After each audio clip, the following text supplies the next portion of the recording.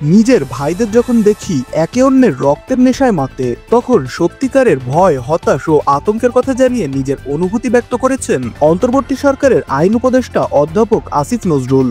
বুধবার সামাজিক যোগাযোগ মাধ্যমে নিজের ফেসবুক পোস্টে তিনি একথা জানান।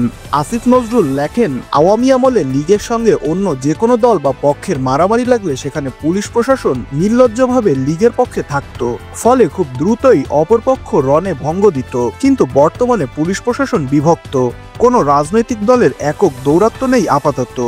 ডেডিকেটেড মারমুখী কর্মী সংখ্যা কাছাকাছি পরিমাণের। সব মিলিয়ে ছাত্রদল ছাত্র শিবির যদি এই মুহূর্তে মুখোমুখি হয়, নিশ্চিতভাবে বলা যায় কোনো পক্ষই সহজে পেছাবে না। উভয়ই নিজের অস্তিত্বের লড়াই জ্ঞান করে মারামারি করবে। হয়তো ছাত্র রাজনীতির ইতিহাসের স্মরণকালের সর্বোচ্চ হতাহত ও লাশ দেখতে হবে এবার।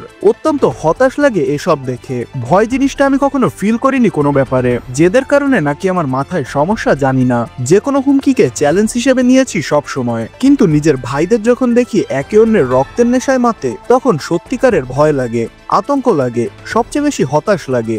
এখানে যে পক্ষই ক্ষতিগ্রস্ত হোক সে তো আমার ভাই। 6 মাস আগেও একসঙ্গে টিয়ার গ্যাস, রাবার বুলেট খেয়েছি। এখন এসে তাদের মধ্যে হওয়া গ্যাঞ্জাম কোনোভাবেই বিন্দুমাত্র সুখকর কিছু হতেই পারে না। ছাত্রদল ও ছাত্র শিবির যেখানে নিজ নিজ অফিসিয়াল প্যাডে একে অন্যের নাম উল্লেখ করে দায় আরোপ ও হুমকি ধামকি দিচ্ছে, এটা খুব খারাপ ভবিষ্যতেরই ইঙ্গিত করছে সামনে। আমার মনে হয় এদের প্যারেন্ট সংগঠনের সিনিয়রদের হস্তক্ষেপে ঝামেলা মিটিয়ে ফেলা অতি জরুরি এবং একান্ত অপরিহার্য। আল্লাহ সবাইকে হেফাজত করুক, সঠিক জ্ঞান বুঝ দিক, আমিন।